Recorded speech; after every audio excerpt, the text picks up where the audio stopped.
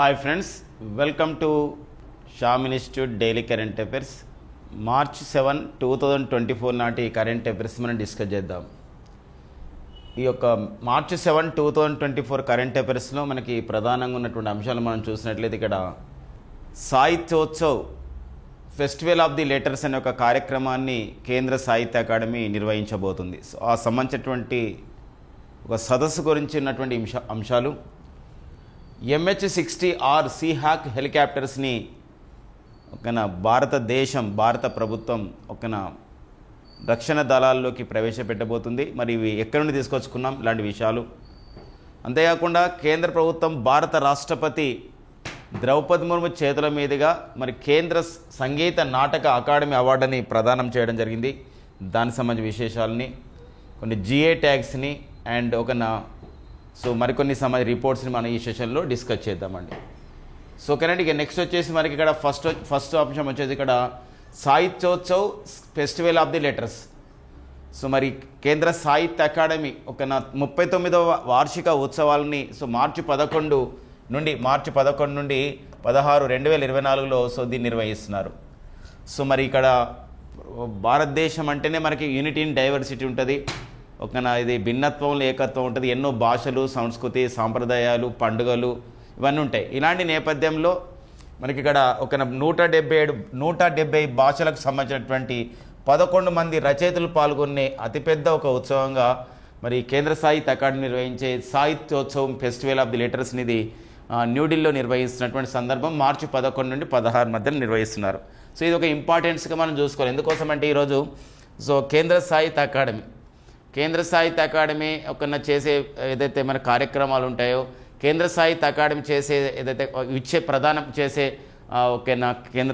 అవార్డులు ఉంటాయో, బహుమతులు ఉంటాయో, అవన్నీ కూడా మనకి ఎగ్జామినేషన్ పాయింట్ ఆఫ్లో ఇంపార్టెంట్గా ఉంటుంది.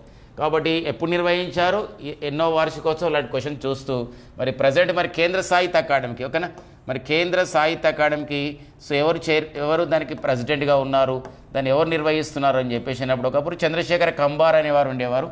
ప్రజెంట్ అయితే మరి కేంద్ర సాహిత్య అకాడమీకి అధ్యక్షుడిగా పనిచేస్తున్న వారు వచ్చేసి మాధవ్ కౌశక్ అండి. ఎవరండి? మాధవ్ కౌశక్. సో మాధవ్ కౌశక్ అనేవారు కేంద్ర సాహిత్య అకాడమీకి అధ్యక్షుడిగా ఉండడం జరిగిందనమాట. సో ఆ నేపథ్యాన్ని కూడా చూసుకోవాలి. ఇంకొక విషయం ఏంటంటే మనకి ప్రతి సంవత్సరం కూడా కేంద్ర సాహిత్య అకాడమీ జ్ఞానపీఠ అవార్డుని ఇస్తుందండి. జ్ఞానపీఠ అవార్డు. సో మరి ఇది మన భారతదేశంలో అత్యున్నతమైనటువంటి పురస్కారం వచ్చేసి సాహిత్య పురస్కారం. The highest literature award in India అంటే that is Jnanpith award. And this Jnanpith award instituted in 1965. Jnanpith అవార్డుని 1965లో ప్రారంభించడం జరిగింది. మరి ఎందుకు ఇంపార్టెన్స్ మనకు ఉందంటే 2023 సంవత్సరానికి జ్ఞానపీఠ అవార్డుని ఇద్దరికి ఇవ్వడం జరిగిందండి. సో ఆ ఇద్దరు ఎవరు అని చెప్పేసి అంటే ఒకరు ఉర్దూ కవి అయినటువంటి అంతేకాని బాలీవుడ్ పాటల రచయిత అయినటువంటి గుల్జార్ అండి. మరొకరు సంస్కృత భాష రచయిత, 22 భాషల్లో నిపుణుడైనటువంటి వారు, ఒక భాషా కోవిదుడు, ఒక మల్టీఫేస్టెడ్ పర్సనాలిటీగా ఉన్నటువంటి గొప్ప వ్యక్తి అతనే. సో మనకి ఇక్కడ జగద్గురు రామభద్రాచార్య అండి. వీళ్ళిద్దరు కూడా కేంద్ర సాహిత్య అకాడమీ జగద్గురు రామభద్రాచార్య అనమాట. వీళ్ళిద్దరు కూడా కేంద్ర ప్రభుత్వం అంటే మనకి ఏదైతే కేంద్ర సాహిత్య అకాడమీ ఉందో మరి 2023 సంవత్సరానికి జ్ఞానపీఠ అవార్డు అనేది ఇవ్వడం జరిగింది. సో వీరిద్దరు కూడా ఎన్నో జ్ఞానపీఠ అవార్డు వీళ్ళు పొందడం జరిగిందంటే వీళ్ళు పొందింది ఇక్కడ 53వ జ్ఞానపీఠ అవార్డు వీరు పొందడం జరిగిందనమాట. సో ఇదొక విషయం గమనించాలి. గుల్జార్ జ్ఞానపీఠ అవార్డు పొందినటువంటి 5వ ఉర్దూ రచయితగా ఉర్దూ రైటర్గా ఉన్నారు. ఎవరంటే ఇక్కడ గుల్జార్. అండ్ జగద్గురు రామభద్రాచార్య సంస్కృతంలో ఈ అవార్డు పొందినటువంటి 2వ సంస్కృత రచయిత అంటే సెకండ్ సంస్కృత రచయితగా, సంస్కృత రైటర్గా మరికి వీరు గుర్తించబడడం జరిగింది. సో ఈ పాయింట్ గుర్తుపెట్టుకోవాల్సిన అవసరం ఉందండి. సత్యవర్త శాస్త్రి తర్వాత సంస్కృత భాషలో జ్ఞానపీఠ అవార్డు పొందినటువంటి 2వ వ్యక్తి వచ్చేసి ఇక్కడ జగద్గురు రామభద్రాచార్య అండి. అలాంటి నేపథ్యం కూడా గుర్తుపెట్టుకోవాలి. ఇలా గుల్జార్కి అయితే మనకి స్లమ్ డాగ్ మిలియనర్లో జేహో అనే పాట రచనకి కానీ వారికి మరికి ఆస్కార్ అవార్డు కూడా, అకాడమీ అవార్డు కూడా సొంతం కావడం జరిగినటువంటి నేపథ్యం అనమాట. ఇట్లా సాహిత్యోత్సవం చెప్తున్నప్పుడు అలాంటి విషయాలు డిస్కస్ చేసుకుంటూ, అంతేకాకుండా కేంద్ర ప్రభుత్వం ఇటీవల కాలంలో కేంద్ర సాహిత్య అకాడమీ వివిధ భాషలకు కూడా సాహిత్య అకాడమీ పురస్కారాలు ఇస్తుంది. ఈ మధ్య కాలంలో మనం చూసినట్లయితే తెలుగువారైనటువంటి తలా వంజుల సో పతాంజలి శాస్త్రి, తలవంజుల పతాంజలి శాస్త్రి. సో వీరు రాసినటువంటి పతాంజలి శాస్త్రి అండి, పతాంజలి శాస్త్రి వీరు రాసినటువంటి రామేశ్వరం కాకులు, ఓకేనా, రామేశ్వరం కాకులు. సో రామేశ్వరం కాకులు అండి, రామేశ్వరం కాకులకి సో ఈ రచనకి ఒక కేంద్ర సాహిత్య అకాడమీ అనేది అవార్డు అనేది రావడం జరిగింది. ఇటీవల కాలంలో తెలుగులో తలవంజుల పతాంజలి శాస్త్రి రాసినటువంటి ఏ పుస్తకానికి కేంద్ర సాహిత్య అకాడమీ అవార్డు వచ్చింది, ఇలాంటి ప్రశ్నలు మనకి ఇంపార్టెంట్గా ఉంటుంది. అదే లాస్ట్ ఇయర్ అయితే తెలుగు భాషలో విశేషంగా కృషి చేసినటువంటి సో మరి డీకే చౌదుల బాబు అండి, డీకే చౌదుల బాబు. సో తెలుగువారైనటువంటి డీకే చౌదుల బాబుకి చదువుల బాబు అండి. సో వీరు రాసినటువంటి పుస్తకం వజ్రాల వాన, ఏదండి వజ్రాల వాన అనే పుస్తకానికి, వజ్రాల వాన అనే పుస్తకానికి సో ఇక్కడ కేంద్ర సాహిత్య అకాడమీ అవార్డు అనేది రావడం జరిగిందనమాట. ఒక్కోసారి మనం ఇంగ్లీష్ భాష పుస్తకాలు వారి రచయితలే నేర్చుకుంటాం, ఒక్కోసారి మన పోటీ పరీక్షల్లో తెలుగు భాషలో రాసినటువంటి పుస్తకాలు కూడా మనకి వస్తున్నటువంటి సందర్భాన్ని గుర్తుపెట్టుకోవాలి. అక్కడ ఇప్పుడు గోరెంటి వెంకన్న గారు రాసినటువంటి ఏ నవలకు కానీ లేదా ఏ పుస్తకానికి గాను కేంద్ర సాహిత్య అకాడమీ వచ్చింది. గోరేటి వెంకన్న సో ప్రజావాగ్గేయకారుడిగా గుర్తించబడ్డవారు మరి ఒక గోరేటి వెంకన్న గారు. వారు రాసినటువంటి గోరేటి వెంకన్న గారు ఏ పుస్తకానికి గోరేటి వెంకన్న గారు రాసినటువంటి ఏ పుస్తకానికి ఒకనా కేంద్ర సాహిత్య అకాడమీ రావడం జరిగిందంటే అవార్డు వల్లంకి తాళం అండి, వల్లంకి తాళం.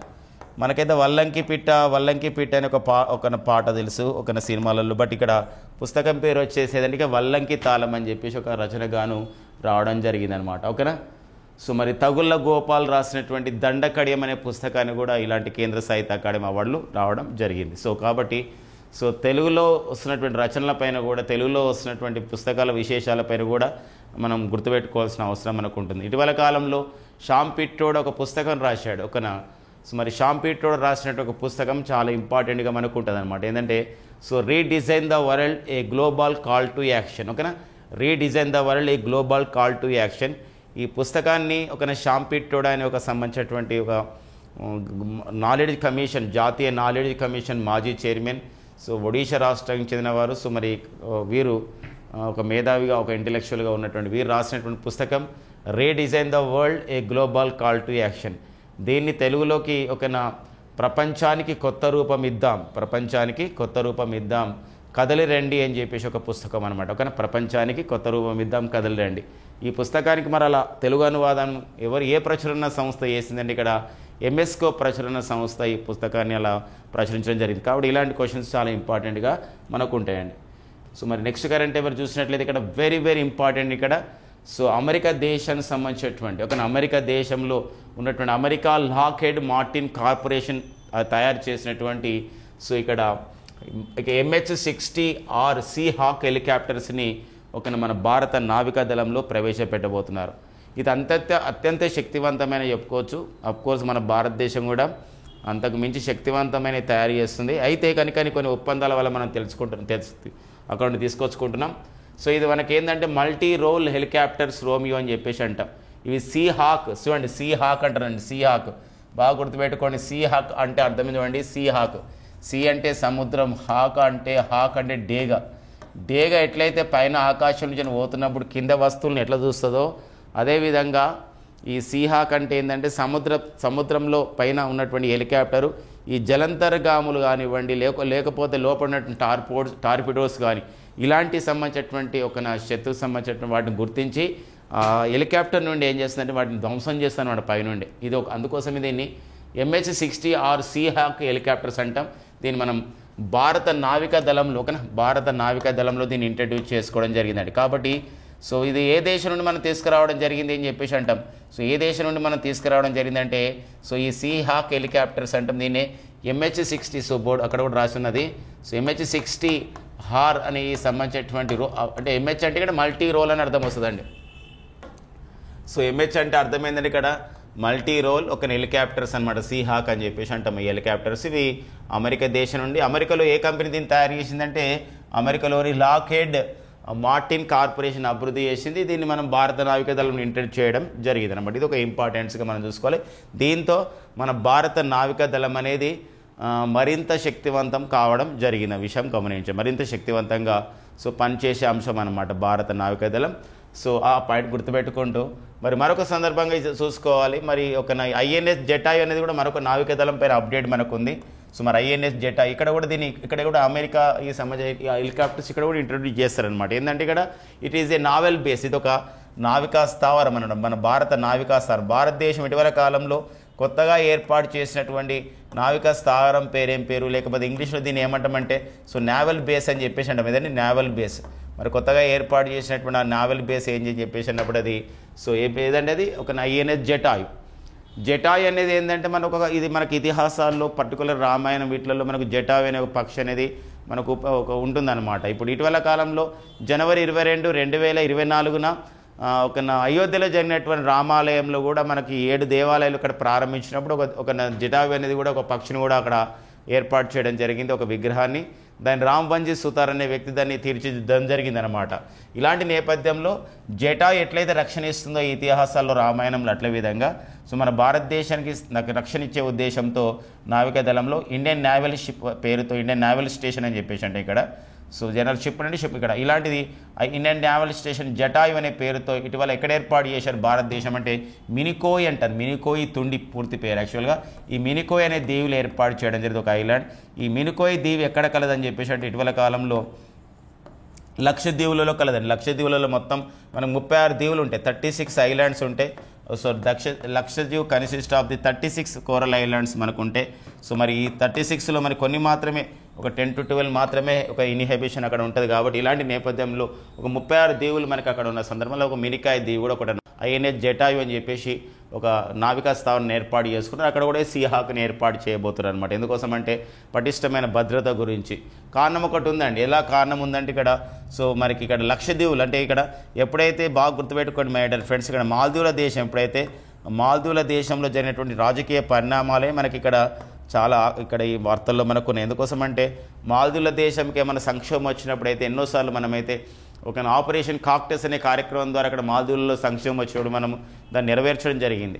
మాల్దీవులలో మరి ఎలాంటి మాల్దీవుల దేశము ఇప్పుడు మాల్దీవుల దేశం కొత్త అధ్యక్షుడు వచ్చాడు. అతను వచ్చేసి ఎవరంటే మహమ్మద్ ముయిజ్. మహమ్మద్ ముయిజ్. ఈ మహమ్మద్ ముయిజ్ అనేవారు మాల్దీవుల దేశానికి అధ్యక్షుడయ్యాడు. కానీ ఆయన యొక్క ఎన్నికల నినాదం ఏంటంటే ఇండియా అవుట్ అనే నినాదం ద్వారా రావడం జరిగింది. మా భారతదేశం నుండి మీరందరూ వెళ్ళండి అంటే అక్కడ సైనిక విషయంలో కానీ రక్షణ దళాల్లో కానీ పనిచేస్తున్నారు. కొంచెం భద్రత గురించి కొన్ని హెలికాప్టర్స్ మనం వాళ్ళకి ఇచ్చాము. అలాంటప్పుడు ఒక డెడ్ లైన్ పెట్టినారు అనమాట. ఏంటంటే మార్చి 15, 2024 నాటికి అందరూ వెళ్ళాలి, ఎవరైతే మా రక్షణ దళాల్లో పనిచేస్తున్నారో లేకపోతే మా సాయం చేస్తున్నారని చెప్పేసి. అలాంటి నేపథ్యంలో మరి ఇలా ఒక ఇండియా అవుట్ అనే నినాదం ద్వారా మహమ్మద్ ముయిజ్ అధికారంలోకి వచ్చాడు. వెంటనే మనం చాలా వ్యూహాత్మకంగా ఏం చేశారంటే సో భారత ప్రధానమంత్రి నరేంద్ర మోడీ గారు లక్షద్వీప్లో పర్యటించి సాహసికులు ఎవరైనా లక్షద్వీపుల పర్యటనని ఇష్టపడతారు అని చెప్పేసి ఒక ప్రకటన చేయడం జరిగింది. అక్కడ ఉన్నటువంటి అంటే ఇది ఎందుకు అంటే ఏ సంబంధించినటువంటి దేశంలో ఉన్నటువంటి బీచెస్ కూడా తీసిపోదు. ఈ సాహసికులు అందరూ కూడా అడ్వెంచర్ చేయాలనుకున్న అందరూ కూడా లక్షద్వీపులకు ఒకసారి రండి చూసిపోండి అని చెప్పేసి ఒక చిన్న సందేశాన్ని ట్విట్టర్ ద్వారా అందించడం జరిగింది. వారు సందర్శించి తద్వారా వెంటనే మాల్దీవుల దేశంలో ఒక బాయ్కాట్ మాల్దీవ్స్ ఇక్కడ సోషల్ మీడియా వేదికగా అయితే చాలామంది పర్యాటకులు బాయ్కాట్ మాల్దీవ్స్ అని చెప్పేసి ఒక కార్యక్రమం నిర్వహించడం జరిగింది. ఈరోజు మనం పేపర్లో కూడా చూసినాం. ఎందుకోసం అంటే డిసెంబర్లో డిసెంబర్ 2023లో మాల్దీవుల దేశానికి వెళ్ళే పర్యాటకుల విషయంలో భారతదేశం నెంబర్ 1 ఉండేది. అంటే మొత్తం చాలామంది అమెరికా వాళ్ళు, రష్యా వాళ్ళు, ఇలా చాలా దేశాల వాళ్ళు వచ్చినప్పుడు కూడా అందులో ఏ దేశ పర్యాటకులు ఎక్కువగా మాల్దీవుల దేశానికి వెళ్ళే వాళ్ళంటే మన భారతీయులు. ఇప్పుడు చూసినట్లయితే ఇప్పుడు విదిన్ ద 2 మంత్స్లోనే ఇప్పుడు ఏమైందంటే మనము మాల్దీవుల దేశానికి పర్యాటకం వెళ్ళే నెంబర్ ఆఫ్ ది టూరిస్టులో మన భారతీయులు ఇప్పుడు 5వ స్థానానికి వచ్చారు. ఇంకా తగ్గిపోతున్న పరిస్థితి మనకు కనబడుతుంది అనమాట. ఇప్పుడు ఎందుకోసం అంటే ఒక జాతీయవాదంతో ఒక నేషనాలిటీతో ఇక్కడ నేషనాలిటీగా ముందనే భావం అనేది ప్రజలను నాటుకోవడం అనేది ఒక చెప్పొచ్చు అనమాట ఈ సందర్భంగా. సో ఇక్కడ ఇంకొక విషయం మనం గమనించాల్సిన అవసరం మనకు ఉంటుంది. మరి ఇలాంటప్పుడు ఈ మధ్యనే మాల్దీవుల దేశ అధ్యక్షుడు మహమ్మద్ ముయిజ్ ఏం చేసింది తెలుసుగా మై డియర్ ఫ్రెండ్స్. ఇతను ఏంటంటే చైనా దేశానికి పర్యటనకి వెళ్ళడం జరిగింది. సో చైనా దేశ పర్యటనలో భాగంగా మరి చైనా అధ్యక్షుడు ప్రధానమంత్రిని కలుసుకోవడం జరిగింది. అంతేకాకుండా మరి ఒక యువాన్ వాంగ్ 3 అని చెప్పేసి ఒక సంబంధించిన చైనా నౌక కూడా మాల్దీవులలో ఆ విధంగా భద్రత గురించి ఒక పరిశోధన గురించి ఒక నౌక రావడం జరిగింది. మన భారతదేశం కూడా తీవ్రంగా దాన్ని ఆక్షేపించినటువంటి సందర్భం. ఎందుకోసం భారత యొక్క సముద్ర జలాల్లో కూడా అది ప్రవేశించిన సందర్భం అన్నమాట. ఇలా అంతేకాకుండా మాల్దీవుల దేశం విషయంలో మాల్దీవులు చైనా దేశాలు కలిసి ఒక సంబంధించినటువంటి భద్రతా సహకార ఒప్పందాన్ని కూడా చేసుకోవడం జరిగిందనమాట. ఇవన్నీ ఉన్నాయి కాబట్టి మనం కూడా ఇప్పుడు లక్షద్వీపులని భద్రతగా కాపాడుకోవాల్సిన అవసరం నేపథ్యంలో భారత నావికాదళం వ్యూహాత్మకంగా ఐఎన్ఎస్ జటాయు అని చెప్పేసి ఒక నావికా స్థావరాన్ని నావల్ బేస్ని ఏర్పాటు చేయడం జరిగింది. దీన్ని ఎవరు ప్రారంభించడం జరిగిందంటే భారత ప్రధాన నావికాధికారి అయినటువంటి భారత ప్రధాన నావికాధికారి అయినటువంటి అడ్మిరల్ ఆర్ హరికుమార్ అండి. అడ్మిరల్ ఆర్ హరికుమార్ గారు దీన్ని ప్రారంభం చేసుకోవడం జరిగింది. అడ్మిరల్ ఆర్ హరికుమార్ అనేవారు దీన్ని ప్రారంభం చేసుకోవడం జరిగింది. మరొక విషయం ఈ సందర్భంగా గమనించాలి. మనకి ఏంటంటే ఇక్కడ ఏదైతే లక్షద్వీపులు ఉన్నాయో ఇప్పుడు లక్షద్వీపులలో ఇది నావికా స్థావరం, ఇది రెండవ నావికా స్థావరం అన్నట్టు. మన భారత నావికాదళం ఏర్పాటు చేసినటువంటి రెండవ నావికా స్థావరం. మరి భారత నావికాదళం ఏర్పాటు చేసిన రెండవ నావికా స్థావరం అదైతే మరి భారత సంబంధించినటువంటి దేశం భారత నావికాదళం వాళ్ళు ఈ మాల్దీవుల దేశంలో ఒక ఐఎన్ఎస్ ద్వీప్ రక్షక్ అండి. ఐఎన్ఎస్ ద్వీప్ రక్షక్ గుర్తుపెట్టుకోండి, Indian naval station. Dweep Rakshak అని చెప్పేసి అంటామండి. ద్వీప్ రక్షక్ ఈ తెలుగులో కూడా రాసుకునే ప్రయత్నం చేద్దాం. ద్వీప్ రక్షక్ అని చెప్పేసి అంటాం. చాలా చాలా ఇంపార్టెంట్ అండి. మనం ఏం చూస్తామంటే ఇటీవల కాలంలో లక్షద్వీపులలో ఐఎన్ఎస్ జటాయు అని చెప్పేసి ఒక నావికా స్థావరాన్ని ఏర్పాటు చేశారని చెప్పేసి అంటాం. అలా ఇచ్చినప్పుడు ఒక్కోసారి మనకు స్టేట్మెంట్ రూపంలో ఎలా ఇవ్వచ్చు అంటే లక్షద్వీపులలో ఏర్పాటు చేసినటువంటి తొలి నావికా స్థావరం ఐఎన్ఎస్ ద్వీప్ రక్షక్ కాగా మరి లక్షద్వీపులలో ఏర్పాటు చేసినటువంటి రెండవ నావల్ బేస్ వచ్చేసి ఐఎన్ఎస్ జటాయు అన్నప్పుడు మనకు రెండు కూడా రైట్ ఆన్సర్గా మనకుంటాయి. రెండు కూడా రైట్ ఆన్సర్గా మనకుంటున్న సందర్భం చూసుకోండి. ఇక నెక్స్ట్ వచ్చేసి మరొక విషయం ఇంకా చాలా చెప్పుకోవచ్చు ఈ సందర్భంగా లక్షద్వీపుల గురించి. మనకి ఎగ్జామినేషన్ పాయింట్ ఆఫ్లో లక్షద్వీపుల యొక్క రాజధాని వచ్చేసి మనకి ఏంటంటే ఇక్కడ లక్షద్వీపుల యొక్క రాజధాని వచ్చేసి కవరత్తి అని చెప్పేసి అంటే మనకి కవరత్తి. మరి లక్షద్వీపులలో మనం ఇంతవరకు చెప్పుకున్నటువంటి మినికాయ్ అంటారు. మినికాయ్ అనేది ఒక దీవి. ఇక్కడ మనకు ఒక బీచ్ ఉంటుంది. మినికాయ్ బీచ్ని మనం అక్కడ ఏమంటాం, మినికాయ్ తుండి అని చెప్పేసి అంటాం. మినికాయ్ తుండి. మరొకటి ఏంటంటే కద్మత్ అండి. అది కద్మత్, మినికాయ్ తుండి అండ్ కద్మత్. ఈ రెండు కూడా మనకు న్యూస్లో ఉన్నాయి. How this beaches are recognised అంటే దిస్ బీచెస్ రికగ్నైజ్డ్ బై ఈ బీచెస్ని ఎలా రికగ్నైజ్ చేశారంటే as a given the blue flag certification అని చెప్పేసి అంటే మన బ్లూ ఫ్లాగ్ సర్టిఫికేషన్. మనకి బ్లూ ఫ్లాగ్ సర్టిఫికేషన్ పొందినటువంటి బీచ్లు ఏవి అని చెప్పేసి అన్నప్పుడు అక్కడ మన భారతదేశంలో 12 ఉంటాయండి బ్లూ ఫ్లాగ్ సర్టిఫికేషన్ పొందిన బీచ్లు. మన భారతదేశంలో మొత్తం కూడా 12 బ్లూ ఫ్లాగ్ సర్టిఫికేషన్ బీచ్లు ఉంటాయి. మరి ఇలా ఈ బ్లూ ఫ్లాగ్ సర్టిఫికేషన్ అనేది ఎవరు ఇస్తారని చెప్పేసి అంటే బ్లూ ఫ్లాగ్ సర్టిఫికేషన్ని డెన్మార్క్ దేశానికి చెందినటువంటి ఒక foundation for the environmental education అని చెప్పేసి అంటాం. లేకపోతే ఎన్విరాన్మెంటల్ ఎడ్యుకేషన్ ఫౌండేషన్ అని చెప్పేసి అంటాం. ఫౌండేషన్ ఫర్ ఎన్విరాన్మెంటల్ ఎడ్యుకేషన్ అనే సంస్థ ఏదైతే బీచ్లలో పర్యావరణంగా బాగుంటుందో, లేకపోతే పర్యావరణంతో పాటుగా అక్కడ మంచి ఒక పర్యావరణాన్ని సంరక్షణ చేసే కన్జర్వేషన్ చర్యలు చేపడతారు. తద్వారా ఏమైతుందంటే నేషనల్ టూరిస్ట్ని అట్రాక్ట్ చేయడం. అంతేకాకుండా అక్కడ ఈ బీచ్లలో ఏదైతే మనకు సముద్రం పైన వివిధ సంబంధించిన టూరిస్టులకు అట్రాక్ట్ చేసే విధంగా అక్కడ కొన్ని కార్యక్రమాలు ఏర్పాటు చేయడం, ఇదంతా కూడా చూసుకొని బ్లూ ఫ్లాగ్ సర్టిఫికేషన్ ఇస్తారు. ఇలా మన భారతదేశంలో బ్లూ ఫ్లాగ్ సర్టిఫికేషన్ పొందినటువంటి బీచెస్ ఎన్ని ఉన్నాయని చెప్పేసి అంటే 12 బీచెస్ ఉన్నాయండి. 12 బీచెస్ ఉన్నాయి. ఎక్కువగా ప్రతి ఒక్కరు బీచ్ల గురించి ఆలోచిస్తారు ప్రతి నెల కాబట్టి. 12 నెలలు 12 బీచ్లు ఉంటాయి అన్నమాట. ఈ 12 అంటే చాలా బీచ్లు ఉన్నాయి. 12 బీచెస్ రికగ్నైజ్ చేశారు. The first beach got the blue flag certification పొందినటువంటి తొలి బీచ్ వచ్చేసి ఏంటంటే అది golden beach. Where is this golden beach located అంటే that is in Odisha. Odisha రాష్ట్రంలో మరి గోల్డెన్ బీచ్ అనేది ఉంది.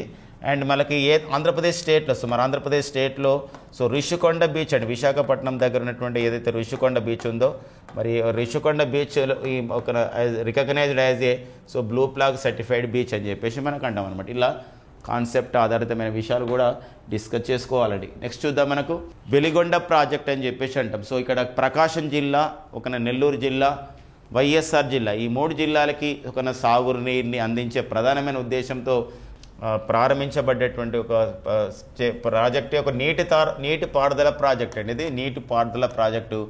ఏదంటే నీటిపారుదల ప్రాజెక్టు ఏదంటే అది వెలిగొండ ప్రాజెక్ట్ అన్నమాట. నీటిపారుదల ఒక ప్రాజెక్టు. అంతేకాకుండా తాగునీటిని కూడా అందిస్తుంది అనమాట. ఇది ఒక త్రాగునీటి కూడా అందిస్తుంది, అంటే ఇరిగేషన్ అండ్ డ్రింకింగ్ వాటర్ అనమాట రెండు. సో రెండు సంబంధించినటువంటి కార్యక్రమాలని ఒక చూసుకోవడానికి దీన్ని చేయడానికి ప్రారంభించబడ్డదే. ఇక్కడ ఏంటంటే ఇక్కడ మనకి వెలుగొండ ప్రాజెక్ట్. దీన్ని ఆంధ్రప్రదేశ్ రాష్ట్ర ముఖ్యమంత్రి అయినటువంటి శ్రీ వైఎస్ జగన్మోహన్ రెడ్డి గారు ఈ కార్యక్రమాన్ని ప్రారంభించడం జరిగింది. అంటే ప్రారంభించడం అంటే అర్థమైంది గతంలో శంకుస్థాపన చేసింది, ఇప్పుడు పూర్తి అయిపోయింది అనమాట. సో ఈ మధ్య కాలంలోనే చిత్తూరు జిల్లాలో ఎట్లయితే ఆంధ్రీనీవా ఏదైతే ఒక ప్రాజెక్టు ప్రారంభించబడిందో కుప్పం ప్రాంతానికి, ఎట్లా అదేవిధంగా ఇక్కడ కూడా ఏంటంటే ప్రకాశం, నెల్లూరు, వైఎస్ఆర్ జిల్లాలలో 4.47 లక్షల ఎకరాలకి సాగునీటిని ఒక ఇరిగేషన్ వాటర్ని అందించడానికి, అంతేకాకుండా ఈ యొక్క సంబంధించినటువంటి ప్రకాశం తర్వాత నెల్లూరు, వైఎస్ఆర్ జిల్లాలో ఉన్నటువంటి 30 మండలాల్లో 15,25,000 మందికి డ్రింకింగ్ వాటర్ని అందించడానికి ఈ యొక్క వెలుగొండ ప్రాజెక్టుని ప్రారంభించడం జరిగింది. మరి వెలుగొండ ప్రాజెక్టులో భాగంగా 2 టన్నెల్స్ నిర్మించడం జరిగింది. మరి 2 టన్నెల్స్ ఆ 2 టన్నెల్స్ కూడా ప్రారంభించడం జరిగింది అనమాట. ఈ 2 టన్నెల్స్ ద్వారా మనం ఇక్కడ ఇమేజ్లో కూడా చూడవచ్చు. సో మరి ఈ 2 టన్నెల్స్ ద్వారా కూడా మరి వాటర్ అనేది అందిస్తున్న సందర్భం అనమాట. సో 18.8 కిలోమీటర్స్ అండ్ 37.6 కిలోమీటర్స్ ఈ 2 టన్నెల్స్ అనేది ఉండడం జరిగింది. సో మరి ఈ వెలుగొండ ప్రాజెక్టుకి ఏమని పేరు పెట్టడం జరిగిందంటే ఇక్కడ గతంలోనే పేరు పెట్టారు, ఇది పూల సుబ్బయ్య వెలుగొండ ప్రాజెక్ట్ అండి. ఒకసారి వీఆర్ఓ ఎప్పుడో లాస్ట్ చాలా సంవత్సరాల కింద జరిగిన ఒక వీఆర్ఓ ఎగ్జామ్లో ఒక క్వశ్చన్ అడిగింది అనమాట. ఈ వెలుగొండ ప్రాజెక్ట్ అనేది అసలు పేరు దానికి ఏమని పేరు పెట్టారంటే పూల సుబ్బయ్య వెలుగొండ ప్రాజెక్ట్ అని చెప్పేసి అంటాం. పూల సుబ్బయ్య వెలుగొండ ప్రాజెక్ట్ అని చెప్పేసి మనకు అంటాం. మన వెలుగొండ అనే ప్రాంతం ఉంటుంది, దానికి పూల సుబ్బయ్య అని వెలుగొండ ప్రాజెక్టు. ఇది మనకు ఒకటి జాగ్రత్త విషయంలో చాలా చాలా ఇంపార్టెంట్గా ఉంటుంది, నీటిపారుదల సంబంధించినటువంటి విషయాలలో అనమాట. ఓకేనండి. సో ఇక నెక్స్ట్ వచ్చేసి మరికొంత సమాచారం చూద్దామండి. సో ఏంట సమాచారం నెక్స్ట్ కరెంట్ అఫైర్ చూద్దామండి. సో మొదటి under water metro rail very very important అండి. ఈరోజు భారత ప్రభుత్వం అంటే ఇది రాష్ట్ర ప్రభుత్వం కూడా భాగస్వామ్యం అయింది ఈ ప్రాజెక్ట్లో. సో తొలి అండర్ వాటర్ మెట్రో సర్వీస్ అనమాట. ఓన్లీ వాటర్ మెట్రో సర్వీస్ అన్నామనుకోండి, మళ్ళీ కోల్కతా కాదండి. వాటర్ మెట్రో సర్వీస్ అంటే గుర్తుపెట్టుకోండి, వాటర్ మెట్రో సర్వీస్ అంటే నీటిపైన పడవల ద్వారా ఫెర్రీ సర్వీస్ ద్వారా వివిధ ప్రాంతాలకు వెళ్తుంది వాటర్ మెట్రో అని చెప్పేసి అంటాం. మన భారతదేశంలో వాటర్ మెట్రోను ప్రారంభించుకున్నటువంటి తొలి రాష్ట్రం వచ్చేసి కేరళ, తొలి నగరం వచ్చేసి మనకు కొచ్చి అని చెప్పేసి అంటాం. బట్ ఇక్కడ అది కాదు, వాటర్ మెట్రో కాదు, ఇది అండర్ వాటర్ మెట్రో రైల్. మన భారతదేశంలోనే మొదటి India's first under water metro rail అండి ఇది. సో మనం ఇమేజ్లో చూడవచ్చు. సో ఇట్లా ఇది మనకు సముద్ర గర్భం నుంచి సముద్ర గర్భం కాదు, మనకు ఈ కోల్కతా ఏ నది ఒడ్డున కలదు అని చెప్పేసి అంటే హుగ్లీ నది అని చెప్పేసి అంటాం. మరి హుగ్లీలో ఈ సంబంధించినటువంటి ఈ దక్షిణ పశ్చిమ భాగాన్ని కలిపే విధంగా చూసినటువంటి ఎస్ప్లానెడ్ అనే ప్రాంతం నుంచి ఔరా మైదాన్ స్టేషన్ వరకు కోల్కతాలో ఈ 2 ప్రాంతాలను చేరే విధంగా కోల్కతాలో సంబంధించినటువంటి మెట్రో రైల్ నిర్మిస్తున్నారు. అప్పుడు ఏమైందంటే హుగ్లీ అనేది మధ్యలో ఉంది. అలాంటప్పుడు దానిపైన నిర్మించవచ్చు, బట్ కొత్తగా ఉండడానికి వేరే ఆల్టర్నేట్ ఉండకపోయేసరికి ఏం చేశారంటే హుగ్లీ నది లోపటి నుంచే ఏం చేశారంటే ఈ మెట్రో లైన్ నిర్మించారు. సో ఇక్కడ అఫ్కోర్స్ ఇది రాడార్తో సహాయంతో పనిచేసినప్పుడు కూడా రాడార్ చిక్కకుండా వెళ్ళడం. ఇలాంటి యుద్ధ విమానాలు మేము తయారు చేయడానికి సిద్ధంగా ఉన్నాం. అలాంటి కార్యక్రమానికి ఏమని పేరు పెట్టినంటే కేంద్ర రక్షణ శాఖ అమ్కా అని పేరు పెట్టడం జరిగింది. అంటే advanced medium combat air craft అని చెప్పేసి అంటామండి. ఇక్కడ అమ్కా చూడండి, అమ్కా అంటే తెలుగులో కూడా రాసుకుంటున్నాం. అమ్కా ఏ అంటే అడ్వాన్స్డ్, ఎం అంటే అర్థం ఏంటంటే మీడియం, సి అంటే కంబాట్ అంటే పోరాట ప్రతిమ ఉన్న యుద్ధ విమానాలను మేము తయారు చేస్తున్నాము మినిస్ట్రీ ఆఫ్ ది డిఫెన్స్ అని చెప్పేసి ప్రకటించడం జరిగింది. ఇలా అడగవచ్చు, భారత రక్షణ శాఖ తయారు చేస్తున్నటువంటి 5వ తరం యుద్ధ విమానాలకి లేదా స్టెల్త్ అంటే ఇక్కడ రహస్యమని అర్థం వస్తుంది, గూఢాచార్య యుద్ధ విమానాలకి ఏమని పేరుతో తయారు చేస్తున్నారంటే అమ్కా అనే పేరుతో తయారు చేస్తున్నారు. ఇది ఎవరు ప్రకటించారంటే మినిస్ట్రీ ఆఫ్ ది డిఫెన్స్, కేంద్ర రక్షణ శాఖ ప్రకటించింది. ఇక భారతదేశంలో యుద్ధ విమానాలు, యుద్ధ హెలికాప్టర్లు ఇలాంటి అన్నప్పుడు మరి ఏ సంస్థ ఇందులో భాగస్వామి అవుతుంది ఖచ్చితంగా అని చెప్పొచ్చు అంటే దట్ ఈజ్ హెచ్ఏఎల్ అండి. ఏదంటే హెచ్ఏఎల్ భాగస్వామి అవుతుందని చెప్పొచ్చు. హెచ్ఏఎల్ అంటే ఏంటంటే మీ అందరికీ తెలుసు అండి. హెచ్ఏఎల్ అంటే ఇది హిందుస్థాన్ ఏరోనాటిక్స్ లిమిటెడ్ అనేది, హిందుస్థాన్ ఏరోనాటిక్స్ లిమిటెడ్ వాళ్ళు ఇందులో భాగస్వామి అవుతున్నారు. హిందుస్థాన్ ఏరోనాటిక్స్ లిమిటెడ్ అనే సంస్థ భాగస్వామి అవుతుంది. మరి హెచ్ఏఎల్ అనే సంస్థ ఎక్కడ కలదు మై డియర్ ఫ్రెండ్స్ అంటే ఇది బెంగళూరు అండి. హెచ్ఏఎల్ బెంగళూరులో కలదు. మరి హెచ్ఏఎల్కి మన ప్రజెంట్ చైర్మన్గా ఎవరు పనిచేస్తున్నారు, చైర్మన్ మేనేజింగ్ డైరెక్టర్ అంటే ఇతనే సిబి అనంతకృష్ణ అండి. ఎవరండి? సిబి అనంతకృష్ణ అనేవారు. దీనికి చైర్మన్ ఎండీగా పనిచేస్తున్నారు. హెచ్ఏఎల్ వాళ్ళు అభివృద్ధి చేసినటువంటి ఓకేనా హెచ్ఏఎల్ వాళ్ళు అభివృద్ధి చేసినటువంటి తేలికపాటి యుద్ధ విమానం పేరు లైట్ కాంబాట్ ఎయిర్ క్రాఫ్ట్ పేరు. ఇది ఏమంటే తేజస్ అని చెప్పేసి అంటాం. ఇది మనకు 4వ తరం యుద్ధ విమానాలుగా తేజస్ మనకు ఉన్నాయన్నమాట. ఇప్పుడు 5వ తరం వచ్చేసి మనకి ఇప్పుడు ఇది తయారు కాబోతుంది. మనకు మొదటి తరం అంటే మనం రష్యా నుండి తీసుకొచ్చుకున్నాం ఈ యొక్క యుద్ధ విమానాలని ఓకేనా. మరి తేజస్ అని చెప్పేసి అంటాం. మరి హెచ్ఏఎల్ అభివృద్ధి చేసినటువంటి తేలికపాటి యుద్ధ హెలికాప్టర్ ఎల్సిహెచ్ లైట్ కాంబాట్ హెలికాప్టర్కి ఏమని పేరు పెట్టడం జరిగింది అంటే అది ప్రచండ్ అని పేరు పెట్టడం జరిగినటువంటి సందర్భం అనమాట. ఇలా గుర్తుపెట్టుకోండి. మరి హెచ్ఏఎల్ అనే సంస్థ ఎక్కడ కలదని చెప్పేసి అంటే బెంగళూరు. దాని ఇంపార్టెన్స్ ఏంది, అమ్కా అంటే అబ్రివేషన్ ఏంది, ఇప్పుడు ఎవరు ఇటీవల కాలంలో 5వ తరం యుద్ధ విమానాలు తయారు చేయడానికి కేంద్ర రక్షణ శాఖ మినిస్ట్రీ ఆఫ్ ది డిఫెన్స్ వాళ్ళు ఏ కార్యక్రమాన్ని ప్రారంభించిన అమ్కా అంటే advanced medium combat air craft అని చెప్పేసి మనం అంటాం అనమాట ఓకేనా. ఇక నెక్స్ట్ చూద్దామండి. ఇక వెరీ వెరీ ఇంపార్టెంట్గా మనకు ఉందండి, నాటోలో స్వీడన్ సభ్యదేశంగా చేరింది. మరి మార్చి 7 గుర్తుపెట్టుకోండి మై డియర్ ఫ్రెండ్స్, మార్చి 7, 2024 ఓకేనా. మార్చి 7 అండి, ఎస్ ఎగ్జాక్ట్లీ రైట్ మార్చి 7 2024 మార్చి 7 2024 మరి వాషింగ్టన్లో అమెరికా విదేశాంగ మంత్రి ఆంటోనీ బ్లింకన్ మరి స్వీడన్ ప్రధాని ఎవరైనా స్వీడన్ ప్రధాని అయినటువంటి ఒకనా స్వీడన్ ప్రధాని ఎవరండి ఇక్కడ ఊల్పు క్రిస్టేర్సన్ వాళ్ళు వీళ్ళు ఒక సంయుక్తంగా ఒక ప్రకటన విడుదల చేయడం జరిగింది. ఆంటోనీ బ్లింకన్ అమెరికా విదేశాంగ మంత్రి ఆంటోనీ బ్లింకన్ మరి నాటోలో స్వీడన్ సభ్య దేశాన్ని అధికారికంగా ఆ విధంగా ప్రకటిస్తూ ఇక్కడ ఇన్వైట్ చేయడం జరిగింది ఒక సభ్య దేశంగా అనమాట. ఎందుకోసం అంటే లాస్ట్ 1 year నుండి ఒక స్వీడన్ చేరుతుందని చెప్పేసి ఆ విధంగా ప్రకటన వచ్చిన నేపథ్యంలో ఫైనల్గా చేరడం జరిగింది. దీనికి ఒక పూర్వపరాలు ఒకసారి దీని యొక్క బ్యాక్గ్రౌండ్ మనం చూసే ప్రయత్నం చేద్దాం. మరి నాటోలో అంటే నార్త్ అట్లాంటిక్ ట్రీటీ ఆర్గనైజేషన్ అంటాం. వాషింగ్టన్ ట్రీటీ అనే ఒక ఒప్పందం ద్వారా ఏర్పాటు చేయబడింది నాటో. మరి అట్లాంటిక్ చార్టర్ ద్వారా నాటో యొక్క కార్యక్రమాలు స్టార్ట్ అయ్యాయి. బట్ వాషింగ్టన్ ట్రీటీ ద్వారా ఏర్పాటు చేయబడింది నాటో అనేది స్టార్టెడ్ ఆన్ విచ్ డేట్ అంటే 1949 April 4 నాటో స్టార్ట్ అయింది మై డియర్ ఫ్రెండ్స్. మరి నాటోలో యాక్చువల్గా 2023 నాటో సమావేశం అనేది ఎక్కడ జరిగిందంటే లిథువేనియాలో జరిగిందండి. లిథువేనియా ఐరోపా ఖండంలో లిథువేనియా రాజధాని విల్నియస్లో జరిగింది. ఈ సమావేశంలో ఒక నిర్ణయం తీసుకున్నారు ఏంటంటే ఏమని నిర్ణయం అంటే ఇక్కడ నాటోలో ఫిన్లాండ్ దేశం ఒక సభ్య దేశంగా చేరుతుంది. ఫిన్లాండ్తో పాటుగా స్వీడన్ దేశం కూడా ఒక సభ్య దేశంగా చేరుతుందని చెప్పేసి ప్రకటించడం జరిగింది. అంతకుముందే నాటోలో 30 సభ్య దేశాలు ఉన్నాయి కాబట్టి 31వ సభ్య దేశంగా ఫిన్లాండ్ చేరబోతుంది, 32వ సభ్య దేశంగా మనకి ఇక్కడ స్వీడన్ చేరబోతుందనే ప్రకటన వచ్చింది. అంటే ఇది అందరూ స్వాగతించడం జరిగింది. ఏమైందంటే లాస్ట్కి నాటోల యొక్క రూల్స్ అండ్ రెగ్యులేషన్స్ నాటోలో ఉన్నటువంటి ఏదైతే ఒక కార్యకలాపాల యాక్టివిటీస్ పైన ఆపరేషన్స్ పైన ఉన్నటువంటి రూల్స్ అండ్ రెగ్యులేషన్స్ ప్రకారం ఎలా ఉంటుందంటే ఒక నాటోలో ఒక సభ్య దేశం చేరడానికి ప్రయత్నం చేస్తే ఆ నాటోలో ఉన్నటువంటి మిగతా దేశాల్లోని అన్ని పార్లమెంట్లు కూడా ఏం చేయాలంటే ఆ సభ్యత్వాన్ని ఆమోదించాలన్నమాట. అది మనకి ఇంపార్టెంట్ ఉంటుందండి. ఇలా అంటే ఇప్పుడు ఒక రూమ్లో ఒక 5 ఉన్నాం లేదా 4 ఉన్నాము. ఒక కొత్త రూమ్మేట్ రావాలి అన్నప్పుడు జనరల్గా మనకి అతన్ని మనము అంగీకరించడం ఎట్లయితే ఉంటుందో ప్రతి ఒక్కరికి అభిప్రాయం ఎట్లా తీసుకోవడానికి ప్రయత్నం జరుగుతుందో కొన్ని రూమ్లలో అట్లా మనం అంచనా వేయచ్చు అనమాట. అలాంటప్పుడు ఈ యొక్క మార్చి 7, 2024 ఫైనల్గా ఏమైందంటే అంతకన్నా ముందు రోజు యాక్చువల్గా ఏమైందంటే ఇక్కడ ఫిన్లాండ్ దేశ సభ్యత్వాన్ని అందరూ ఆమోదించారు కాబట్టి అది 31వ సభ్య దేశంగా వెనువెంటనే చేరింది లాస్ట్ ఇయర్. బట్ స్వీడన్ యొక్క అభ్యర్థిత్వాన్ని కొన్ని దేశాలు వ్యతిరేకించినాయి. పర్టికులర్గా తుర్కీ లాంటి దేశం వ్యతిరేకించింది. అందుకోసం తుర్కీ స్వీడన్ దేశాల మధ్య కొన్ని సంబంధించినటువంటి వివాదాలు ఉండే. కానీ ఫైనల్గా ఏంటంటే చర్చల ద్వారా ఆ సమస్యలకు ఆ విధంగా ఆమోదముద్ర వెళ్ళి లాస్ట్కు తుర్కీ దేశం కూడా అంగీకరించింది.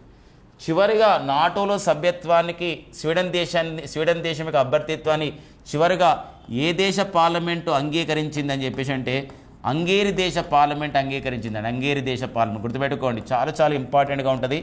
చిన్న ఒక మైన్యూట్గా ఇది మనకు అంటే ఇది సిల్లీ బిట్ లాగా అనిపిస్తుంది, సిల్లీ ఇన్ఫర్మేషన్ లాగా, బట్ ఇది చాలా ఇంపార్టెంట్ అండి. ఎందుకోసం అంటే ఇది అంటే చాలా పెండింగ్లో ఉన్నటువంటి అంశం. స్వీడన్ దేశం చేరుతుందా లేదని చెప్పేసి ఒక ఉత్కంఠగా ఉండేది.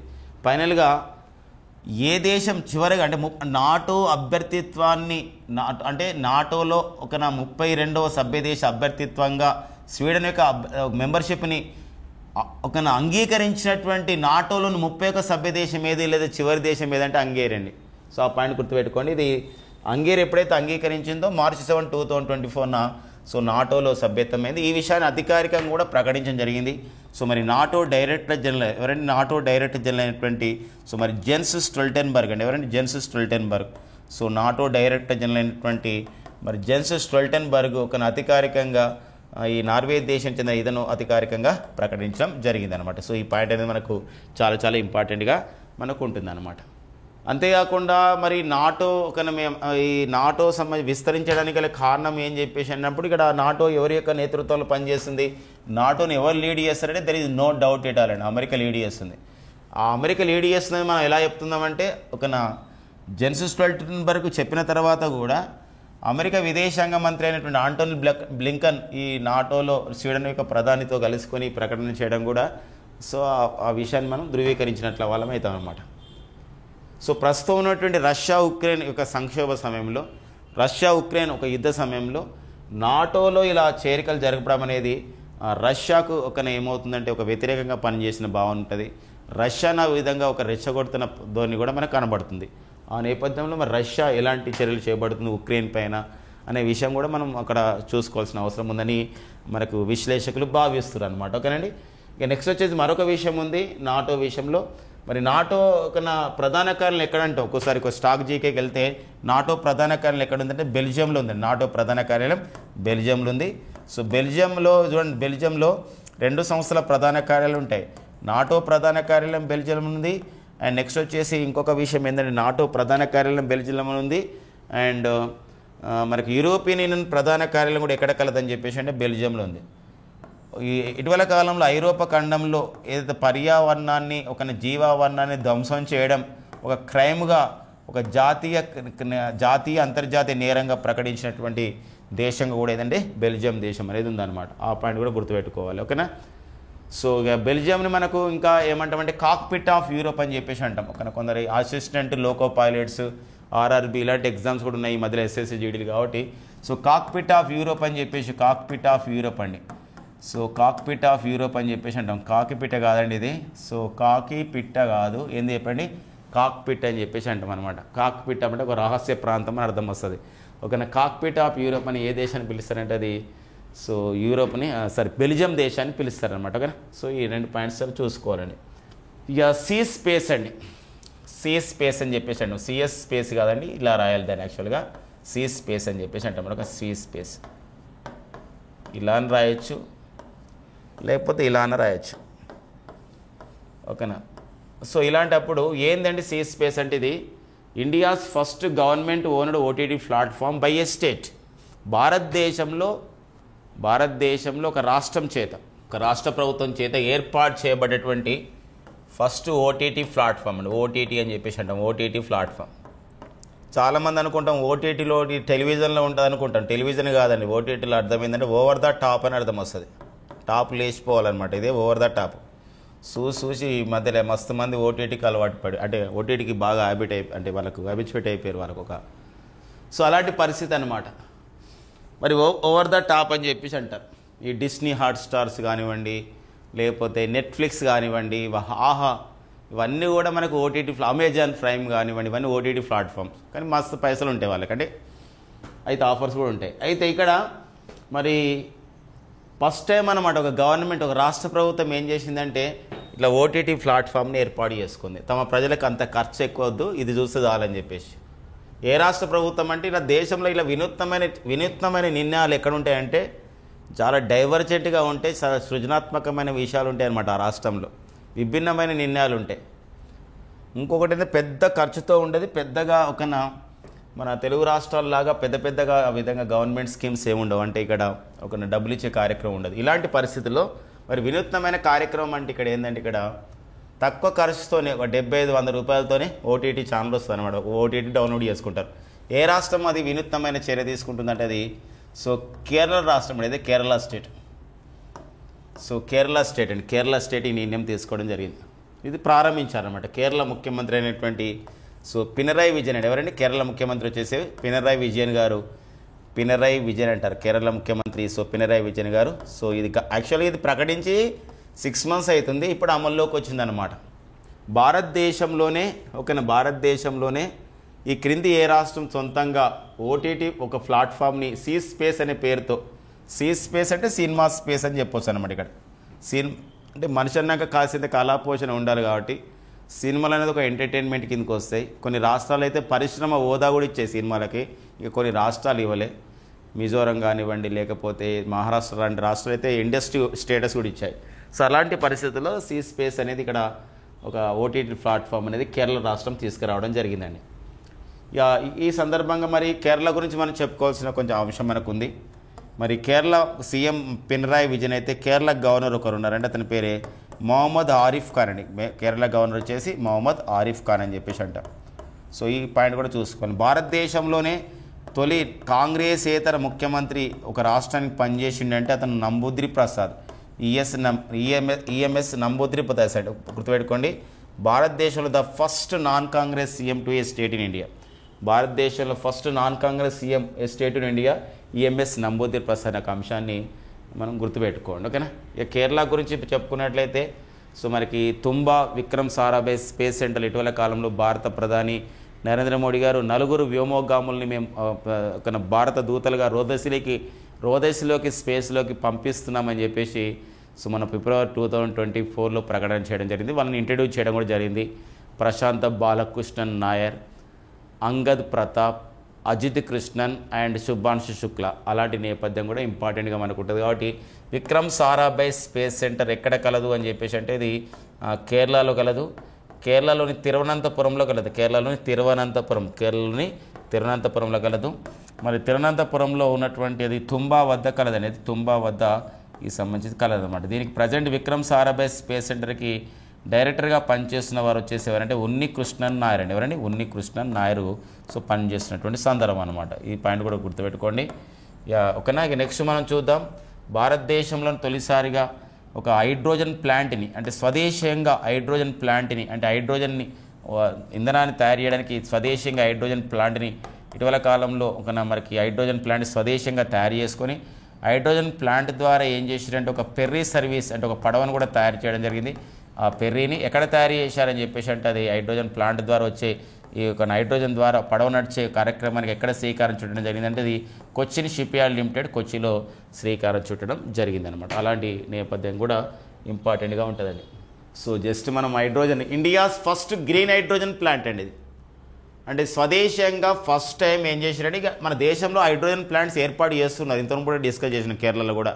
అయితే ఇక్కడ ఒక కంపెనీ అనమాట, ఒక స్టెయిన్లెస్ స్టీల్ సెక్టర్ అంటాం. అంటే ఏదంటే ఒక ఇనుము ఉక్కు పరిశ్రమ ఏదైతే ఉంటుందో ఆ స్టెయిన్లెస్ స్టీల్ని తయారు చేసే ఒక కంపెనీలో సెక్టార్లో ఫస్ట్ టైం హర్యానా రాష్ట్రంలోని హిస్సార్లో India's first green hydrogen plant is nothing but ఒక కర్మాగారాన్ని ఒక సంస్థను ఏర్పాటు చేశారనమాట. ఇది ఎవరు ఏర్పాటు చేశారంటే జిందాల్ స్టెయిన్లెస్ లిమిటెడ్ అనే ఒక సంబంధించినటువంటి ఒక సంస్థ వాళ్ళు ఒక స్టెయిన్లెస్ స్టీల్ అని చెప్పేసి అంటామండి. ఈ సంస్థ వాళ్ళు దీన్ని ఏర్పాటు చేయడం జరిగింది. దీనికి మరి కేంద్ర మంత్రి అయినటువంటి జ్యోతిరాదిత్య సింధియా దీన్ని ప్రారంభోత్సవం చేయడం జరిగింది. ఎక్కడ ప్రారంభోత్సవం చేశాడు? ఇది హర్యానా రాష్ట్రం అండి. హర్యానా రాష్ట్రంలో సో మన భారతదేశంలోని ఫస్ట్ టైం ఒక కంపెనీ వాళ్ళు ఒక స్టెయిన్లెస్ స్టీల్ సెక్టర్ కంపెనీ వాళ్ళు జిందాల్ స్టెయిన్లెస్ స్టీల్ లిమిటెడ్ అనే సంస్థ వాళ్ళు ఇండియాలో ఫస్ట్ టైం ఒక గ్రీన్ హైడ్రోజన్ ప్లాంట్ని ఎక్కడ నెలకొల్పారంటే ఇక్కడ హర్యానా రాష్ట్రం. ఎక్కడండి? హర్యానా రాష్ట్రం అని చెప్పేసి ఇక్కడ మొదటిసారి జరిగింది కాబట్టి మనకి ఇంపార్టెంట్గా మనకు ఉంటుందండి హర్యానా రాష్ట్రం అని చెప్పేసి అన్న కూడా. సో ఓకేనండి, ఇక వెరీ వెరీ ఇంపార్టెంట్గా మనకు ఉంటుందండి ఇక్కడ. ఈ హర్యానా రాష్ట్రంలో మనకి ఇక్కడ చెట్లు ఏదైతే 75 ఇయర్స్ అయినాయో చెట్లు అంటే ఒక చెట్టు వయసు అనేది అంటే 75 ఇయర్స్ అనేది ఎట్లా తెలుస్తుంది అంటే డెండ్రోక్రోనాలజీ అని చెప్పేసి అంటాం. కార్బన్ డేటింగ్ పద్ధతి ద్వారా ఆ చెట్ల వయసును కనిపెట్టి 75 సంవత్సరాలైనటువంటి చెట్లకి ప్రాణవాయు అనే ఒక పేరుతో ప్రాణవాయు మాత అనే యోజన అనే పేరుతో ఏం చేస్తున్నారంటే అక్కడ పెన్షన్ ఫెసిలిటీ కూడా ఇస్తున్నారండి. అంటే వాళ్ళకి ఆ చెట్లను పెంచుతున్న ఎవరికైతే ఉన్నారో వాళ్ళకి సో మనకి నెల పెన్షన్ కూడా ఇస్తున్నారు. అడగవచ్చు ఇట్లా ఏంటంటే భారతదేశంలో 75 సంవత్సరాలు అయినటువంటి చెట్లు 75 ఇయర్స్ ఓల్డ్ ఉన్నటువంటి చెట్లను గుర్తించి ఆ చెట్లను ఎవరైతే చుట్టుపక్కల పరిధిలో ఎవరైతే పెంచుతున్నారో వాళ్ళకి ఆ చెట్ల పేరు మీద ఒక పెన్షన్ ఇచ్చే కార్యక్రమాన్ని స్వీకారం చుట్టినటువంటి రాష్ట్రం వచ్చేసి ఏదంటే అది హర్యానా రాష్ట్రం. సో మరి హర్యానా అని చెప్పేసి అంటున్నాం కాబట్టి సో హర్యానా ముఖ్యమంత్రి అండి. హర్యానా ముఖ్యమంత్రి వచ్చేసి ఎవరంటే అతని మనోహర్ లాల్ ఖట్టర్ అండి. ఎవరండి? మనోహర్ లాల్ ఖట్టర్. సో మనోహర్ లాల్ ఖట్టర్ అనేవారు సో హర్యానా ముఖ్యమంత్రిగా ఉన్నారండి మనోహర్ లాల్ ఖట్టర్. సో మనోహర్ లాల్ ఖట్టర్ అనేవారు హర్యానా ముఖ్యమంత్రి. అండ్ హర్యానా గవర్నర్ వచ్చేసి మన తెలుగు వారైనటువంటి సో ఎవరైనా వారు బండారు దత్తాత్రేయ అండి. ఎవరైనా బండారు దత్తాత్రేయ. సో బండారు దత్తాత్రేయ అనేవారు సో బండారు దత్తాత్రేయ అండి. సో బండారు దత్తాత్రేయ అనేవారు సో ఇక్కడ గవర్నర్గా ఉన్నారంటే అతను హర్యానా గవర్నర్గా ఉన్నారు. వీరు తెలుగువారు, తెలంగాణ వారు. బాగా గుర్తుపెట్టుకోండి ఇక్కడ, ఓకేనా. సో ఓకేనా. హర్యానా చూడండి, బాగా గమనించండి. హర్యానా గవర్నర్ వచ్చేసి బండారు దత్తాత్రేయ అండి. సో నెక్స్ట్ వచ్చేసి ఓకేనా మనకు త్రిపుర గవర్నర్ అండి. త్రిపుర గవర్నర్ నల్లు ఇంద్రసేనారెడ్డి అండి. నల్లు ఇంద్రసేనారెడ్డి. నెక్స్ట్ వచ్చేసి Mizoram governor. So Mizoram governor my dear friends, Mizoram governor ఇతను వచ్చేసి కంబంపాటి హరిబాబు. నిన్ననే మరి విజయవాడలోని ఆంధ్రాలయాల కాలేజీలో కూడా వీరు రావడం జరిగింది వారి యొక్క వార్షిక ఉత్సవాలకి. కంబంపాటి హరిబాబు గారండి మరి వీరు, కంబంపాటి హరిబాబు గారు. వీళ్ళందరూ కూడా చూడండి, బండారు దత్తాత్రేయ తెలంగాణకు చెందినవారు, నల్లు ఇంద్రసేనారెడ్డి తెలంగాణ, అండ్ కంబంపాటి హరిబాబు ఆంధ్రప్రదేశ్. ఈ ముగ్గురిని మనం ఏమనొచ్చు అంటే తెలుగువారు అనొచ్చు అనమాట, ఓకేనా, తెలుగువారు. కాబట్టి ఇక్కడ బాగా గమనించండి, ఇక్కడ భారతదేశంలో తెలుగువారు గవర్నర్లుగా ఉన్నటువంటి సో రాష్ట్రాలు ఏవని చెప్పేసి అన్నప్పుడు ఇక్కడ బండారు దత్తాత్రేయ హర్యానా గవర్నర్, త్రిపుర గవర్నర్ వచ్చేసి ఎవరండి నల్లు ఇంద్రసేనారెడ్డి గారు, అండ్ నెక్స్ట్ వచ్చి మిజోరం గవర్నర్ వచ్చేసి ఎవరున్నారంటే కంబంపాటి హరిబాబు గారు అనమాట. అలా కూడా గుర్తుపెట్టుకోవచ్చు. ఇక first edition of the blue talks అండి. ఇది చాలా చాలా ఇంపార్టెంట్. ఎందుకోసం ఇది మనము అంటే సముద్రాలని సంరక్షణ చేయాలనే ప్రధానమైన ఉద్దేశంతోనే ఈ యొక్క గతంలో ఐక్యరాజ్యసమితి ఈ కార్యక్రమాన్ని ప్రారంభించింది. బట్ మనం అందులో ఆ కూటమిలో చేరలేదు, సొంతంగా మనం నిర్వహించుకుంటున్నాం. ఓషన్ హెల్త్ అండ్ గవర్నెన్స్ అంటే ఏంటంటే ఇక్కడ చాలా చాలా ఇంపార్టెంట్ ఇది. అంటే ఏంటంటే సముద్రం యొక్క ఆరోగ్యాన్ని కాపాడుకోవాలి. అంటే సముద్రం యొక్క ఆరోగ్యం అంటే కాపాడుకోవాలంటే అర్థం ఏంటంటే సముద్రము అనేది సంరక్షణ చేసుకోవాలంటే అర్థం ఏంటంటే అందులో కాలుష్య పదార్థాలు కాకుండా చూసుకోవాలి, గ్లోబల్ వార్మింగ్ కాకుండా చూసుకోవాలి, ఆవరణ వ్యవస్థను కాపాడుకోవాలి, జంతుజాలం, ఇదంతా అనమాట. అది ఓషన్ హెల్త్. గవర్నెన్స్ అంటే ఏవైతే చట్టాలు ఉన్నాయో ఆ చట్టాలు అమలు చేసుకోవాలన్నమాట. అది first edition of the blue talks ఎక్కడ నిర్వహించారంటే మనకు మార్చిలో న్యూఢిల్లీలో నిర్వహించడం జరిగింది.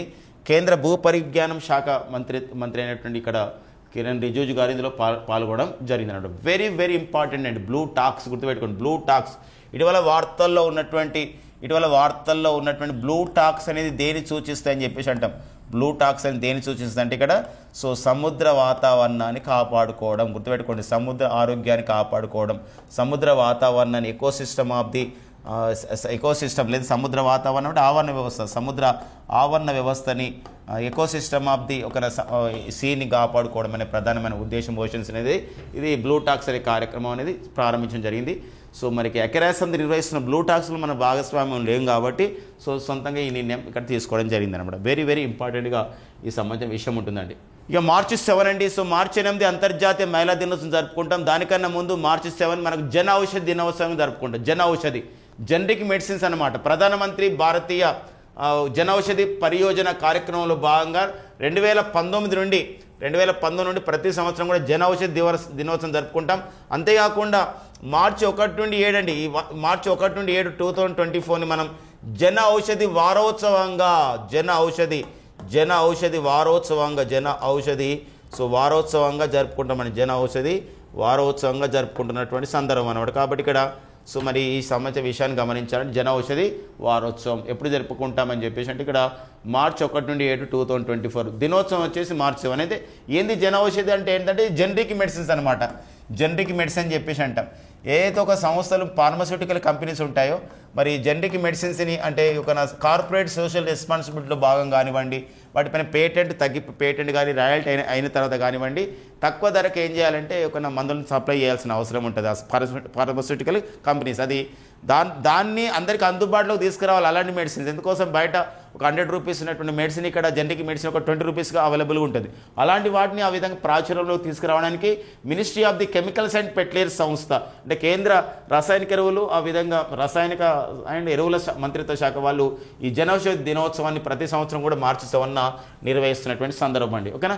సో ఇక ఇవి మనకి నెక్స్ట్ కరెంట్ అఫైర్ చూద్దాం ఫ్రెండ్స్. ఇక్కడ వికసిత్ భారత్ నెక్స్ట్ ఉన్నాయి చూడండి. ఇక్కడ నెక్స్ట్ చూద్దామండి. వికసిత్ భారత్ వికసిత్ జమ్మూ కాశ్మీర్ అండి. మార్చి 7 2024 మార్చి 7 2024 సో మరి ఒక జమ్మూ కాశ్మీర్లోని శ్రీనగర్లో బక్షీష్ స్టేడియంలో భారత ప్రధానమంత్రి నరేంద్ర మోడీ ఈ యొక్క కార్యక్రమంలో పాల్గొనడం జరిగింది. ఎందుకోసం అంటే ఫ్రెండ్స్, మనందరికీ తెలుసు 2019 అక్టోబర్ 31 మనందరికీ తెలుసండి. దానికన్నా ముందు 2019 ఆగస్టు 5 ఏంటండి ఇదంటే విషయం గమనించినట్లయితే ఇక్కడ 370 ఆర్టికల్ జమ్మూ కాశ్మీర్కి ప్రత్యేకమైనటువంటి హోదా ఇస్తున్నటువంటి 370 ఆర్టికల్ను రద్దు చేసినటువంటి సందర్భం. సో మరి లోకసభ రాజ్యసభలో ఆమోదించినటువంటి సందర్భం. ఇలాంటి నేపథ్యంలో 2019 అక్టోబర్ 1న జమ్మూ కాశ్మీర్ పునర్వ్యవస్థీకరణ చట్టం అనేది పునర్వ్యవస్థీకరణ చట్టం అనేది సో అమల్లోకి రావడం జరిగింది. జమ్మూ కాశ్మీర్ మరి పునర్వ్యవస్థీకరణ చట్టం అనేది అమల్లోకి రావడం జరిగింది. దీని ద్వారా జమ్మూ కాశ్మీర్ అనే ఒక శాసనసభ గల కేంద్రపాలిత ప్రాంతం అండ్ లడక్ అనే కేంద్రపాలిత ప్రాంతాలు ఏర్పడ్డాయి. మరి ఆ నేపథ్యంలో 370 ఆర్టికల్ని రద్దు చేసిన తర్వాత 370 ఆర్టికల్ని రిపీల్ చేసిన తర్వాత జమ్మూ కాశ్మీర్లో పరిస్థితులు ఏంది అని చెప్పేసి సో మరి ఆ విషయాన్ని ఆ ప్రపంచాన్ని చెప్పే ఉద్దేశంతో జమ్మూ కాశ్మీర్లో భారత ప్రధాని నరేంద్ర మోడీ గారు పర్యటించడం జరిగింది. ఈ కార్యక్రమంలో భాగంగా జమ్మూ కాశ్మీర్ యొక్క పర్యాటక విధానాన్ని, జమ్మూ కాశ్మీర్లో ఒక పెట్టుబడులను ఎలా ఆ విధంగా ఆహ్వానించాలనే విషయం పైన 2 కార్యక్రమాలను ప్రారంభించడం జరిగింది. Chalo India global diaspora Chalo India global diaspora campaign Dekho Apna Desh people choice tourist destination poll ఈ రెండు కార్యక్రమాలను ప్రారంభించడం జరిగింది. అంటే దేకో చూడండి Apna Desh people's choice tourist destination poll అంటే మా ఈ జమ్మూ కాశ్మీర్ యొక్క పర్యాటకం ఎలా ఉంటుంది ఒక్కసారి మీరు ఇందులో చూడండి అని చెప్పేసి అనడం జరిగింది. అంతేకాకుండా గ్లోబల్ డయాస్పోరా క్యాంపెయిన్ ఏంటంటే చలో ఇండియా మన భారతదేశం ప్రపంచంలో వివిధ దేశాలు అయితే మన ప్రపంచంలో వివిధ దేశాలు మన ఎన్ఆర్ఐస్ ఉన్నారు, ప్రవాస భారతీయులు ఉన్నారు, వాళ్ళందరూ కూడా ఇక్కడ రావడానికి ఆ విధంగా ఒక కార్యక్రమం అనమాట. ఇవన్నీ కూడా 2 కార్యక్రమాలు ఏర్పాటు చేయడం జరిగింది. ఈ కార్యక్రమంలో భాగంగా మరి తేనెటీగల పెంపకం ద్వారా మనం తేనెటీగల పెంపకం అని చెప్పేసి అంటామండి. మరి ఈ తేనెటీగల పెంపకాన్ని మనం ఏమంటామంటే తేనెటీగల పెంపకం ద్వారా మనకి ఏమొస్తుందంటే తేనె వస్తుంది, సో అది హాని వస్తుంది. మరి ఇలాంటి తేనెటీగల పెంపకంని మనము ఎపికల్చర్ అని చెప్పేసి కూడా అంటాం.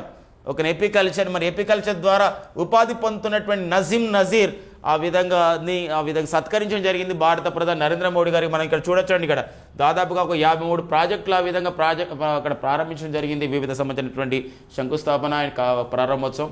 మరి ఇలా అడుగుతాడు, వికసిత్ భారత్ వికసిత్ జమ్మూ కాశ్మీర్ అనే కార్యక్రమం భాగంగా అభివృద్ధి చెందిన భారత్ అభివృద్ధి చెందినటువంటి జమ్మూ కాశ్మీర్ కార్యక్రమంలో భాగంగా పుల్వామా జిల్లాలో భారత ప్రధాని నరేంద్ర మోడీ గారు తేనెటీగల పెంపకం ద్వారా ఉపాధి పొందుతున్నటువంటి ఏ యువకుడికి ఆ విధంగా సన్మానం జరిగింది, ఆ విధంగా పోవడం జరిగింది, ప్రే చేయడం జరిగింది అన్నప్పుడు నజీం నజీర్ ఈ కార్యక్రమంలో జమ్మూ కాశ్మీర్ లెఫ్టినెంట్ గవర్నర్ అయినటువంటి మనోజ్ సిన్హా అండి. ఎవరండి? మనోజ్ సిన్హా కూడా ఈ కార్యక్రమంలో సో పాల్గొనడం జరిగింది. సో మరి నెక్స్ట్ కరెంట్ అఫైర్కి వెళ్దాం మై డియర్ ఫ్రెండ్స్.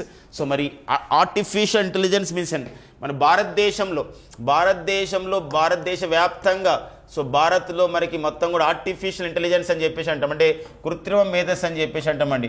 మరి ఈ కృత్రిమ మేధస్సుని ఒక మరింతగా అభివృద్ధి చేసే ఉద్దేశంతో కృత్రిమ మేధస్సు పైన మరింతగా ఆ విధంగా ఇన్వెస్ట్ చేసి ఎందుకోసం అంటే మనం ఏ యుగంలో బతుకుతున్నామంటే చాలామంది ఇప్పుడు మనం ఏమంటాం చూడండి ఆర్టిఫిషియల్ ఇంటెలిజెన్స్. సో ఈ ఇమేజ్ మనం చూడొచ్చు, ఒక మనిషి ఆ విధంగా ఇలా ఉంటే సో ఇక్కడ చూడండి ఆర్టిఫిషియల్ ఇంటెలిజెన్స్లో తయారు చేసిన ఒక మర మనిషి అనమాట.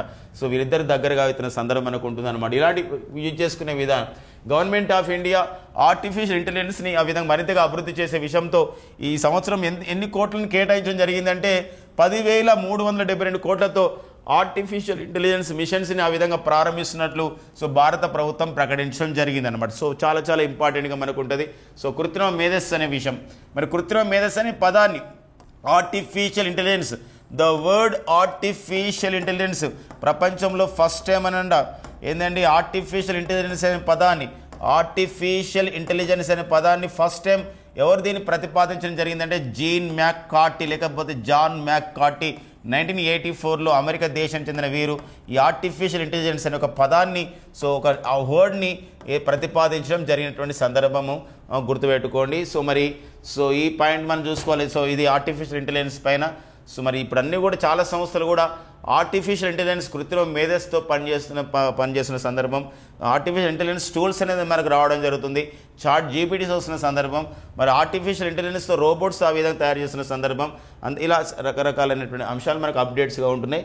సో మనం నెక్స్ట్ కరెంట్ అఫైర్ చూద్దామండి. ఉన్నతి కార్యక్రమం మరి ఈశాన్య రాష్ట్రాల్లో నార్త్ ఈస్టర్న్ స్టేట్లో ఈశాన్య రాష్ట్రాల్లో పరిశ్రమలను ప్రోత్సహించడానికి ఒక ఇండస్ట్రీస్ని ప్రోత్సహించడానికి సో కేంద్ర ప్రభుత్వం తీసుకొచ్చినటువంటి కార్యక్రమమే ఏ కార్యక్రమం అనేది ఉన్నతి అండి. ఉన్నతి ఒక ఉన్నతంగా వెళ్ళడం. సో ఈశాన్య రాష్ట్రాలంటే ఎక్కడో మూల ఉన్న రాష్ట్రాలు కాదు. ఈశాన్య రాష్ట్రాలంటే సో ఒక గొప్ప ఎందుకోసమంటే the first sun rising state in India, మన భారతదేశంలో తొలిసారిగా సూర్యుడు ఉదయించే రాష్ట్రం అంటే మనం ఈశాన్య రాష్ట్రం చెప్తాం, అరుణాచల్ ప్రదేశ్.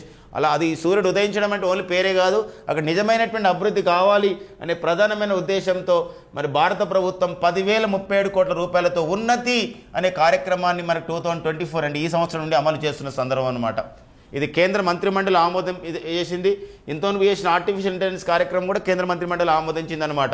ఈశాన్య రాష్ట్రాల్లో ఈ పరిశ్రమలు ప్రోత్సహించడం అంటే cabinet approves Unnati 2024 for a period of the 10 years. ఇది 10 సంవత్సరాల పాటు అండ్ 10 years పాటు అమల్లో ఉంటుందండి. 10 సంవత్సరాల పాటు అమల్లో ఉంటుంది. For the development of the industries and generation of the employment in north eastern region.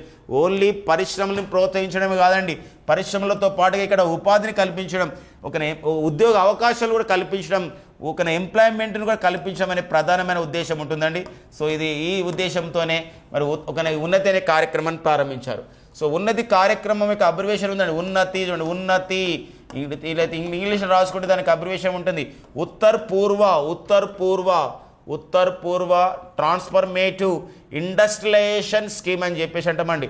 Uttar పూర్వ అంటే ఇక్కడ మనకి ఉన్నతిలో మనకి సో ఉన్నతిలో చూసినట్లయితే పి ఎక్కడ ఉంది అనుకోకండి, ఇట్లా మన అబ్రివేషన్ పరంగా ఉన్నతి అంటే ఇక్కడ చూడండి, ఉన్నతి అంటే చూడండి ఉత్తర్ పూర్వ ట్రాన్స్ఫర్మేటివ్ అండి, ట్రాన్స్ఫర్మేటివ్ ఇండస్ట్రియలైజేషన్ స్కీమ్ అని చెప్పేసి అండి. ఇండస్ట్రియలైజేషన్ స్కీమ్ 2024, దీని ఉన్నది 2024 స్కీమ్గా పిలుస్తున్నాం. ఈశాన్య రాష్ట్రాల అభివృద్ధి గురించి చాలా ఇంపార్టెంట్గా మనం చూసుకోవాల్సిన అవసరం ఉందండి.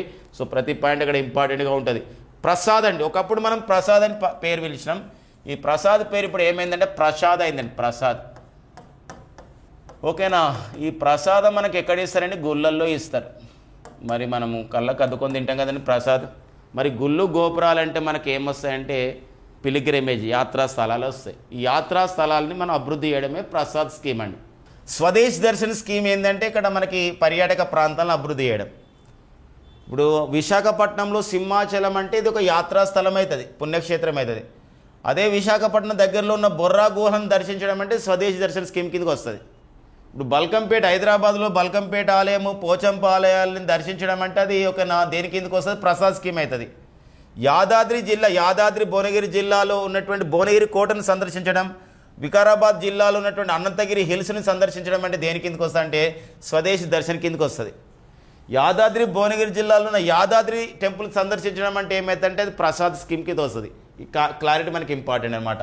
అయితే మన భారతదేశంలో ఈ ప్రసాద్ స్కీమ్లో అండ్ నెక్స్ట్ వచ్చేసి ఇంకోటి స్వదేశ్ దర్శన్ 2.0లో భాగంగా మన ఆంధ్రప్రదేశ్లోని సింహాచలం, బొర్రా గుహలని ఆ విధంగా కొన్ని కోట్లను కేటాయించారు. 54.4 కోట్లు సింహాచలం కేటాయించారు. బొర్రా గుహలకు అక్కడ మౌలిక సదుపాయాల కల్పన గురించి 30 కోట్లు కేటాయించారు.